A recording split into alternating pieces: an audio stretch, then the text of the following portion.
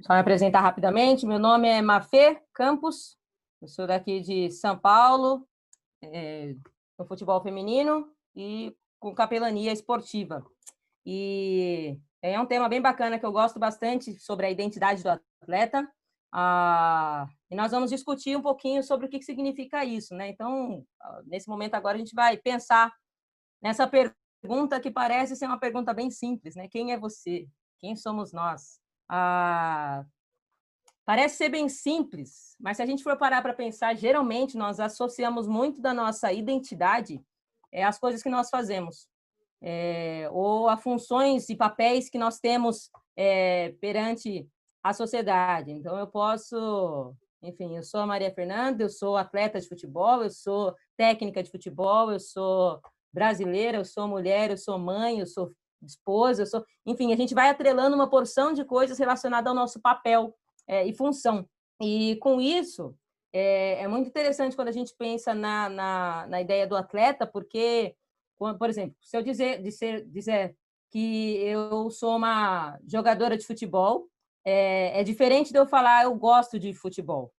Pode ser uma questão de linguagem, mas no final das contas isso faz muita diferença, porque eu não estou dizendo aquilo que eu gosto, eu estou dizendo que eu sou o que eu faço. E no curso das nossas vidas, assim, cada pessoa ela tem a sua identidade formada e conformada através das experiências individuais que ela tem, ou relacionamentos, cultura, mídia e o mundo ao nosso redor, né? Então, são expectativas aí que são criadas tanto por nós quanto pelas pessoas que estão à nossa volta, a maneira que eu me vejo, a maneira que eu imagino que as pessoas me veem e me julgam, mas também a questão da significância, né? O significado que eu dou àquilo que eu faço, o significado que eu acho que as pessoas dão àquilo que eu faço, e todas essas coisas podem definir a nossa identidade. Todas essas coisas elas podem ter uma interferência na nossa identidade. E pensando aí no atleta, e quando eu falo atleta, eu quero que você entenda que eu não estou falando somente o atleta, mas qualquer pessoa que está envolvida com o esporte a nível de competição, tudo isso pode ser muito forte na questão da identidade. Quando a pessoa ela tem essa identidade atlética muito aparente, ela tem esses dois lados, né? Tem aquilo que é a identidade pública, que é como nós pensamos que os outros nos veem e talvez nos julguem. Nós temos a identidade privada, que é como nós vemos e como nós nos vemos, né? E geralmente essa é uma parte que ela está indisponível para o público. Não é todas as pessoas que têm acesso a essa parte da nossa identidade, que pode ser as suas crenças, as suas atitudes, sentimentos, emoções. É algo muito pessoal. Só que tanto no público, tanto o público como o privado, eles não estão em oposição, não são duas coisas diferentes. São coisas que caminham praticamente junto, tem uma linha ali muito, muito próxima, e ela acaba sendo também um lugar onde eu certamente vou expressar o meu comportamento. Então, o seu comportamento ele vai sair dessa linha traçada aí pelo seu público e privado. De acordo com essa teoria de papel e identidade, muitas das nossas ações elas vão se basear em como nós gostamos de ser vistos, ou como nós gostamos de nos ver, ou como nós gostamos que as pessoas de fato nos vejam. Então, o meu comportamento ele vai ser baseado nisso. Aqui parou. E aí, só para a gente poder ilustrar, antes de poder dar uma base aí para a nossa discussão, nós temos aí essa que nós podemos chamar de múltipla identidade. E existe uma hierarquia que a gente acaba colocando que vai fazer com que uma seja predominante sobre a outra, tenha essa saliência relativa no todo, né? E nós vamos investir o nosso tempo, os nossos recursos, dinheiro, usar todo o nosso comprometimento e motivação para desenvolver esses papéis que são mais salientes para a gente. E essa saliência ela vai influenciar o esforço que eu vou colocar numa tarefa, ele vai influenciar o comportamento que eu demonstro e, finalmente, também a minha performance. Então, quanto maior a importância, quanto maior a saliência, maior vai ser o impacto dela na minha autoestima. A pessoa ela pode ser definida com muitos papéis. Ela pode ser um cristão, um pai, um filho, um estudante. Ela pode ser definida pelas suas áreas de interesse, a música, a tecnologia. Ela pode ser definida por aspectos da sua personalidade. Ela é introvertida, é extrovertida, mas a maior parte das vezes ela vai preferir ser definida como atleta. Os outros papéis vão acabar se tornando menores nesse sentido, né? E conforme ela vai se dedicando, enfatizando essa parte específica de quem ela é. Então, o atleta, na maior parte das vezes, essa saliência ela vai estar relacionada ao esporte que essa pessoa pratica. Então, ele vai atrelar mesmo, eu sou corredor, eu sou nadador, eu sou um atleta olímpico, ele vai atrelar isso à identidade, aquilo que ele é. E os atletas, eles constroem essa noção que eles têm de si mesmo a partir dessa experiência no esporte, essa experiência desportiva.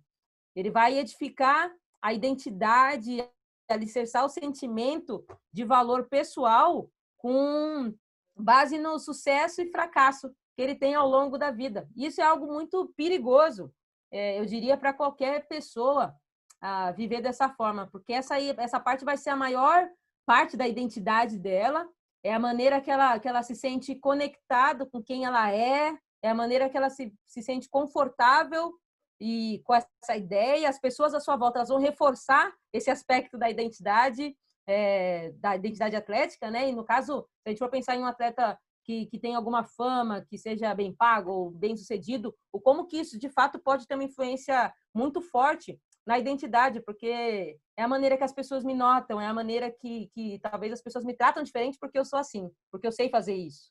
E isso é algo muito...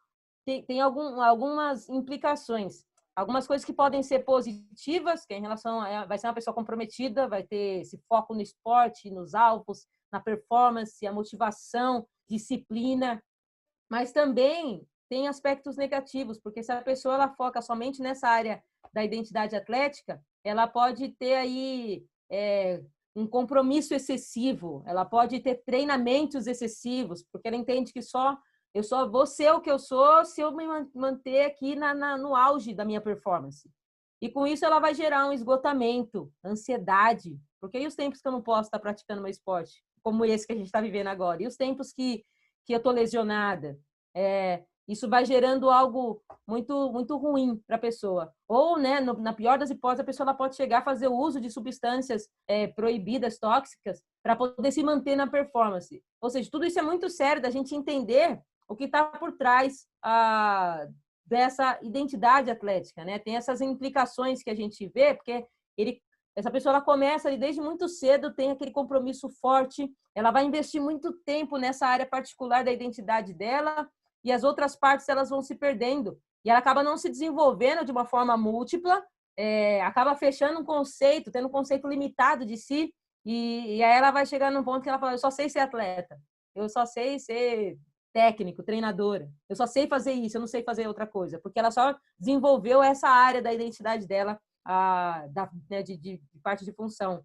E aí, por muitas vezes, se a pessoa só leva nessa questão da identidade atlética, as implicações que ela pode ter a longo prazo é a questão do isolamento social, porque daí ela dedicou tanto tempo da vida dela a treinar forte e tal, que ela não teve tempo para se desenvolver socialmente. Ela não entendeu isso como algo importante também. Ela vai ter dificuldade para ter transição de carreira, ela pode ter alguma depressão aí pós-lesão, porque ela não vai conseguir voltar no melhor nível dela, ou ela pode ter dificuldade em se aposentar, em parar o esporte. Isso são coisas que a gente precisa pensar quando a gente está em mente, tanto para que a gente entenda, mas também para que a gente possa ajudar e servir as pessoas no esporte que estão enfrentando isso. Então, como é que a gente consegue lidar, como é que a gente consegue ajudar aos nossos atletas, companheiros de equipe, mas antes disso, entendendo que essa verdade é para a gente também. Essa luta com a performance, né? Eu preciso me mostrar da melhor maneira em tudo que eu faço. É uma coisa muito particular, assim, porque pensando na questão do atleta, eles vão ser julgados pela sua performance. O valor dele está atrelado ao como que ele se apresenta. Então, se você vai bem na partida, você vai ser escolhido o mais valioso jogador da partida, o MVP. Do contrário, você vai ser o pior. Então, o valor está muito atrelado à maneira que eu me apresento, né? Minha performance ali. Só que quando nós falamos de atletas cristãos, de pessoas do esporte, que conhecem a Cristo, a gente entende que a gente não vive mais baseado na nossa performance. A nossa identidade, ela não deve estar firmada nisso, mas sim na graça, porque a identidade é como Deus nos vê, como Deus nos vê. Ele nos criou, ele conhece todas as coisas, e a minha identidade, ela precisa estar baseada nisso. Eu não sou o que as pessoas falam que eu sou, eu não sou o que o mundo fala que eu sou quem Deus fala que eu sou. E a graça é algo tão maravilhoso e libertador que a gente precisa entender em todo o tempo. Porque quando todas as coisas que a gente citou agora, se elas são levadas à luz, entendendo que assim, eu preciso basear a minha identidade em Cristo, independente da minha performance, o meu valor, a minha autoestima, ela não vai ser alterada. Ela não precisa ser alterada. Porque quando a minha identidade está em Cristo, eu sei que eu sou amado. Quando a nossa identidade está em Cristo, nós sabemos que não está relacionado àquilo que nós fazemos ou como nós fazemos, não está relacionado à nossa performance. Eu não preciso fazer nada porque Jesus já nos mostra a sua graça perfeita. E essa graça é algo que nós recebemos e não tem nada a ver com merecimento. E esse é o mais profundo e perfeito conceito que a gente precisa entender, o conceito do amor incondicional, que Deus revela para nós através de Jesus Cristo. Porque independente de como nós nos apresentamos, Cristo morreu naquela cruz, mesmo nós sendo ainda pecadores. E como que é viver à luz disso, né? É aceitar que você é amado independente de qualquer coisa. É você ajudar as pessoas que estão à sua volta a entender isso também. Elas são amadas independente de qualquer coisa. Elas são amadas independente da performance. Aí eu estou falando aqui no caso de atletas, pessoas do esporte, né? A graça, ela é difícil de entender porque a gente não tem esse conceito na nossa sociedade. Por isso que fica tão diferente para a gente. Mas um texto que eu gosto bastante de pensar, e eu quero concluir esse nosso tempo dessa forma, em Efésios 1, 3, 14, é um texto que fala muito em relação a quem nós somos em Cristo. Porque esse texto ele vai falar que nós somos abençoados com toda sorte de bênçãos espirituais, que nós somos escolhidos, adotados, redimidos, perdoados. Nós somos alvo da graça esbanjada aí de Deus e do amor incondicional que ele tem. Nós somos aceitos, somos puros, inculpáveis. E nós temos recebido essa esperança de estar na eternidade com Cristo. Então, quando nós estamos em Cristo, esse aspecto da nossa identidade, eles nunca podem ser alterados pelo que nós fazemos. E eu sei que mesmo sabendo disso, a gente pode ter dificuldade de viver isso, porque a nossa identidade ela pode ser afetada em como nós nos vemos, pelas experiências de vida ou pela maneira que eu permito que o mundo me defina. E é aí que eu preciso, de fato, renovar a minha mente e olhar para Cristo, ouvindo e crendo no que Ele diz que eu sou, porque isso é a verdade. E eu preciso ajudar os meus atletas e as pessoas que eu tenho contato, os meus colegas de time, colegas de profissão, seja qual for o ambiente que você está, eu preciso ajudar as pessoas que talvez vivem lutando aí contra essa questão, né, da performance e a graça. Como é que eu consigo lidar com isso? Porque para um atleta o resultado para ele é importante, mas eu preciso entender que a minha identidade ela não tá, o meu valor não está atrelado a isso, não está atrelado a isso. Mas eu sei que isso é uma luta e nós precisamos em todo o tempo estar trazendo à nossa mente aquilo que nos dá esperança, entendendo que diante de tantas vozes, de tantas coisas querendo definir quem eu sou, eu preciso ouvir tão somente o que Deus diz que eu sou. E se você ler esse texto, você vai realmente perceber o quanto que, de fato, Deus te ama. E é dessa forma que eu queria terminar o tempo. Nós temos, acredito que mais 3 minutos. Então, eu vou abrir aí, se vocês querem comentar alguma coisa. Mas antes eu deixo aqui também os meus contatos. Se você tiver alguma dúvida, alguma questão que vocês queiram tratar depois, eu fico aí à disposição para servir no que for preciso. Mas fica à vontade aí se você quiser fazer alguma pergunta, você pode usar o chat, ou se quiser, eu acho que agora os microfones devem estar abertos. Mas nós temos aí 2 minutos para finalizar. E aí nós vamos retornar nesse link que é a sala principal aqui, tá? Bom dia, 2 minutos. Bom Quanto dia. tempo você está no movimento? Oi, desculpa, pode repetir? Há quanto tempo você está no movimento? Me juntei ao movimento desde 2011, que foi meu primeiro treinamento com eles, meu primeiro CFLAU. Então, desde lá. Você é atleta ou ex-atleta? Eu sou ex-atleta agora eu trabalho como técnica. Trabalha com futebol? Isso, futebol. Bacana. Muito bom. Só recapitulando, o pessoal precisa clicar nesse link da sala principal, tá? Quando vocês forem retornar. Então, nós temos aí, acho que agora, menos de 2 minutos. Cliquem nesse link para a gente poder retornar para a sala principal e lá a gente vai ter a continuação aí da nossa conferência. Mas eu agradeço a participação de Oi, todos. Mafê. Oi, pode falar. É o pastor Fujimoto, tudo bem? Olá, pastor, tudo bem? Gostei da sua palestra aí, muito boa, viu? Graças a Deus. Então, eu sou o diretor dos Atletas de Cristo de Araçariguama, São Paulo. Bênção, muito legal. Então, e esse trabalho que a gente faz sobre a identidade é muito sério. Nossa equipe tem ex-jogadores profissionais, tem jogadores que estão atuando e tem jogadores que gostariam de ser profissional e não foi na época. Então, e a gente tem feito um trabalho muito bom e a gente ora pelos jogadores adversários. No final do jogo, a gente dá um certificado e uma Bíblia dos Atletas de Cristo.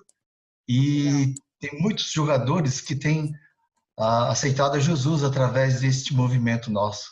É uma bênção de Deus, viu? Bênção, glória a Deus, que bom. E a gente joga contra esses times todinhos, São Paulo, Palmeiras, Corinthians, Santos, todos esses times master e veteranos, e outros times da região nossa aqui.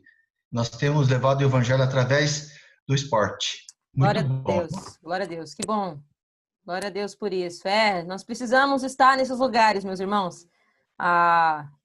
O esporte competitivo aí precisa de pessoas, e a luz de Cristo precisa brilhar através de atletas, técnicos, capelãos, enfim. A forma que Deus tem usado aí